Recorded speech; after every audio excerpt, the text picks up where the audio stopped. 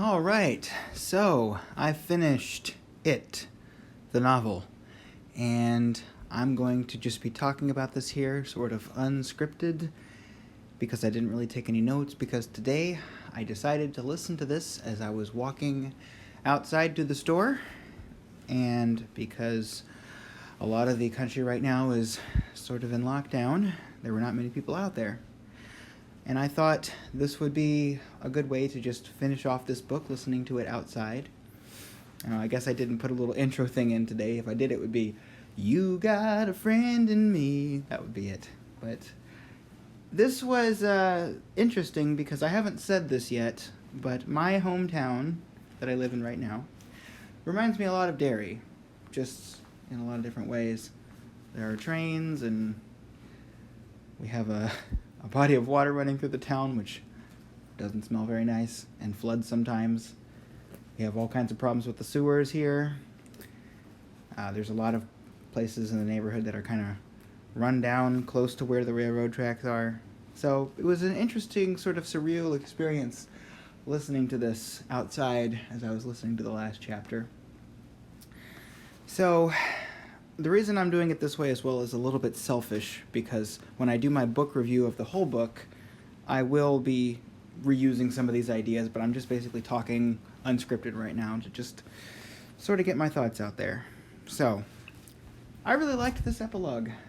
It involved Bill, and it involved Audra, and Bill basically takes Audra along on Silver, and they have a little excursion on the bike. And long story short, it does end up reviving Audra. So that was nice, because it hurt Audra, and now that they're Bill's sort of renewing his confidence, it does revive Audra, and it helps him get rid of his stutter.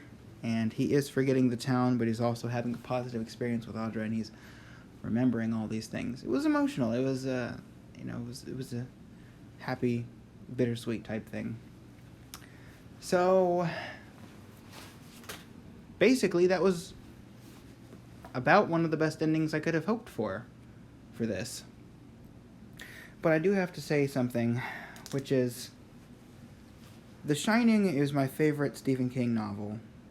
And all of these novels, pretty much, they are just full stories. They're a story that's told with a lot of detail and a lot of character development, and by the time it all concludes, it at least ends in a satisfactory place most of the time. This one, I think it did. And it's interesting because there's a lot of things we still don't know that we don't, or at least I don't think I feel like I need to know. I don't know specifically why they are forgetting. It's never really explained why that's happening. And we don't know specifically the story behind Rob Gray and Pennywise. I hope the origin of that story is not based in reality, which is a whole other thing that I haven't talked about yet, but I am aware of it. I am aware of the fact that this story resembles very closely the John Wayne Gacy story. I'm aware of that, and that is something I may make a video about at some point, but I wanted to make sure I was going to talk about it in a way that would do my thoughts on that justice. But in the meantime, I guess I'll just move on. So, what I was saying is, all of these Stephen King stories are basically full, very rich stories. And the problem with that, to go with the complement of that, is that even though these stories are very compelling and you really get to know the characters, because they take you so long to get through, and because you're so invested, and there are so many pieces spread out all across these novels that are building this one coherent story, when something happens that really throws a wrench in it in the story, it kind of echoes through the whole rest of the book, because Stephen King tends to write in a way where it's not purely chronological. The concepts repeat throughout the story. The ideas the characters have come back to play multiple times. And if there's just one piece in that machine that doesn't fit, or is very just stupid, then it kind of takes away from the rest of it. And I had that problem with this book. That whole thing that happened with the encounter with it, excuse me, my allergies are starting to bother me a little bit. The whole thing that happened with the encounter with it down in the sewers and what it turned out to be, and the turtle and the universe and the weird appeals to religion, which actually, for some reason, have a random beef with atheism, which this is not the first Stephen King book that's happening. But those things, I can kind of put those aside because in the context of the story, at least, it makes sense. It's a fictional story. It's not overly crazy. It doesn't hit me as hard as it doesn't throw me off as much as it has in other books. So it was fine. I thought it was actually building up a good narrative, and within this fictional universe, those heavily religious elements don't bother me that much. Don't seem to take away from it that much. What did take away from it was what I talked about with this weirdly sexual encounter in that one chapter, which just not only didn't make sense, but just it just reeked of not needing to be there, and it just kind of takes away from the rest of it because it's like all of these things are building up with the characters, and when you throw in a chapter that seems very uncharacteristic and weird, every time that you think about the overall experience of the characters and the overall story, you're going to think about something in there, like I said, that was just didn't go with the rest of it, or was just dumb, or just didn't make any sense. And that's how I kind of think of that whole segment of the story. So that is something that I think is important. And I know some people will hear me say this, and they'll probably be thinking, you're just dwelling too much on this one thing. It's just like when I say that if an ending of a story is bad, and the ending of the story was not bad at all, but if the ending is bad, it takes away from the rest of it. They're like, well, didn't you enjoy the story? And I'm like, yes, I did. But the problem is you're building up to something and you want to have a satisfactory ending to the story, a satisfactory conclusion to what you've been building up for all this time, and to have it end in something that takes away from something that it built up and leaves you in this place of uncertainty or this place of dissatisfaction. That's a big deal. And I sort of think the same thing is true here, because this book is... the audiobook is 40 hours long. I've been reading this since August. I looked it up the other day. I've been reading this since August, right? So having something in there which takes away from it really does take away. So bottom line, this book probably could have been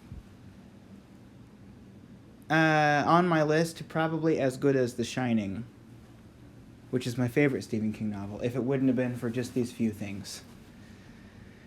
And that's really all there is, and I'm not trying to say that I'm just reading too much into one very small portion of the story, but it is like the book says, it's a circle, and the circle opens and the circle closes and all that stuff, and if part of the circle just makes no sense, then you don't got a full circle there. So, that's what that was. So, I do want to also talk about the philosophy in the last chapter, talking about the children, and not being afraid to carry all of the positivity and all the lessons you learn from childhood into adulthood. All of that I really liked. I know I just talked very negatively for a while, but that was just one small thing. It didn't take away from the whole book, but it kept it from being probably at the top. It put it down below some of the other books just because of that one part. But I don't want to communicate something that makes it sound like I don't like the book. I do like the book a lot. It's just that was something that took away. More on the positives, though. Like I said, the philosophy of the children and walking away from dairy and being able to find new friendships that echo those of your old friendships. That was really great. There's nothing really wrong with that I could think of. I mean, I know a lot of times these sort of overly happy endings where people who were dead come back, or people who were in a bad state and get better, seem overly sugary. But number one, for this book, nothing is overly sugary, I don't think. And number two, within the context, like I said, it makes sense. It does. So, yeah, it was another good ending to a Stephen King book. I have read one Stephen King book, that the ending just ruined almost the whole thing for me. So I was very glad about that.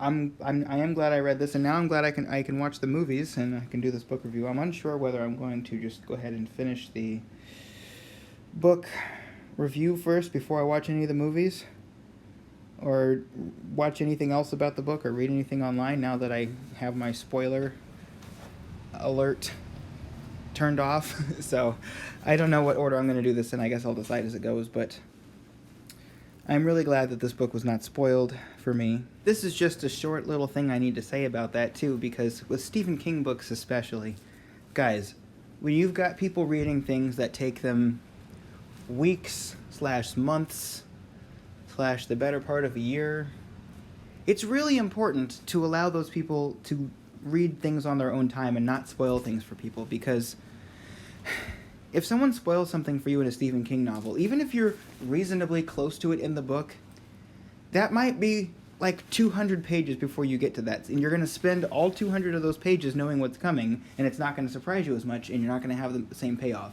Now imagine if you were at the beginning of the book, and someone told you something that happened at the end of the book.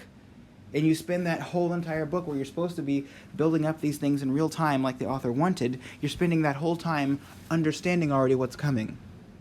This happened for me partially with this book. Someone did tell me that it was an alien being. That was spoiled for me. And I wasn't happy about that. But I was lucky enough that it didn't necessarily take away from the book too much, because you spent all that time not really knowing what it was, assuming it was a ghost or something. And I was able to figure this out, and there weren't really a lot of indications that it was an alien being. So it's not like too much of it got ruined. But guys, this is super important. Just, if you can keep it to yourself, keep it to yourself. If you're going to make a post about something, warn people. Don't just put a big-ass post up there that has a big spoiler and then a little tiny text at the top with spoiler warning. You need to make it so that people can't see what you're spoiling unless they want to see what you're... That's why when I make posts, I put spoiler warning at the top and at the bottom. So if people are scrolling the other direction and they see the bottom of the post that says spoiler warning on there. And even things that people don't really consider spoilers, that's not your decision to make. Let other people make that decision. Because let's say you don't consider this type of story, this type of thing from the story a spoiler, or another person might consider it a big spoiler.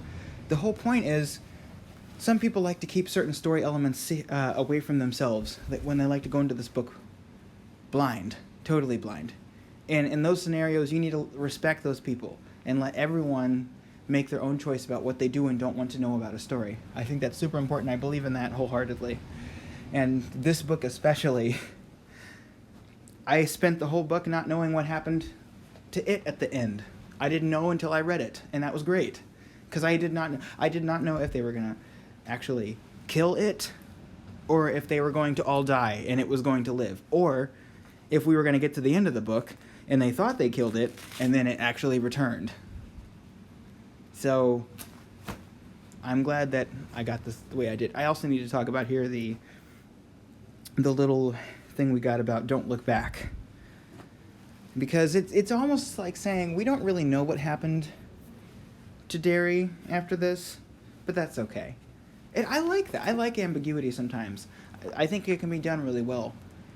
And honestly, having them go away and forget what happened to Derry works really well with the ambiguity, where the audience doesn't know.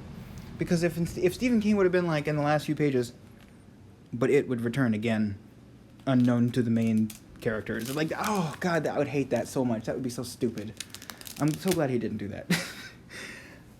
I honestly, I was scared. Like I said, I said it before. I get scared when things are going well, and it was because sometimes you get to the end and things go badly. And I was so happy that it didn't happen this time. I was so happy with the ending we got, and I was happy that the thing that I didn't like happened pretty far from the ending. Not really. If you look at the whole scope of the book, in terms of chronological order and pages, it wasn't that far away from it. But when it comes to story and the time separation and how big the impact of each chapter was, and what was established after they got out of the sewers and all that stuff, it didn't really matter all that much.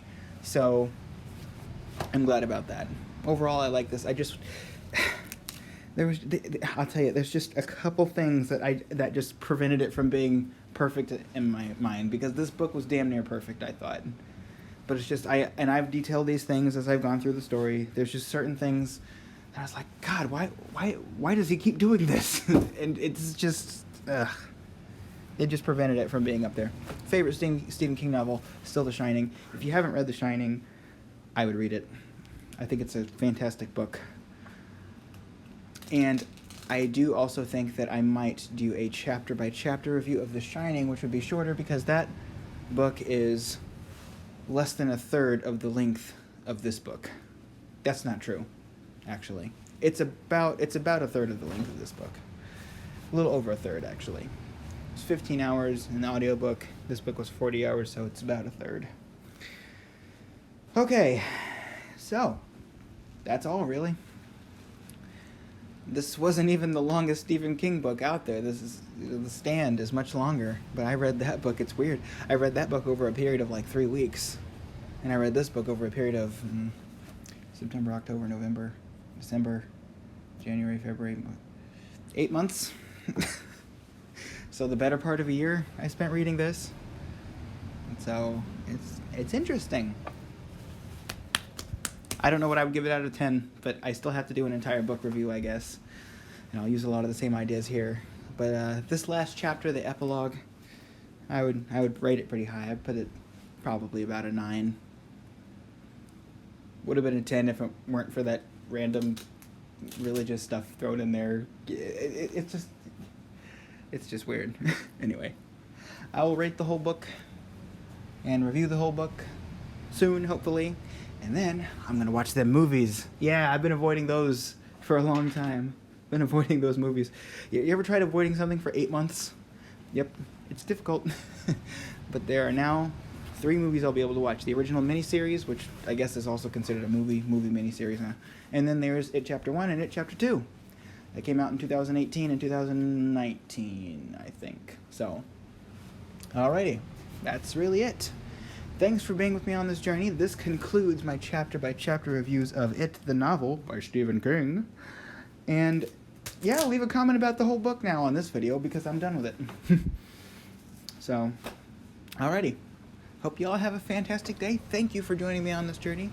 And I will see you soon with my review of It, the novel. Full book review. Have a good day. Bye-bye.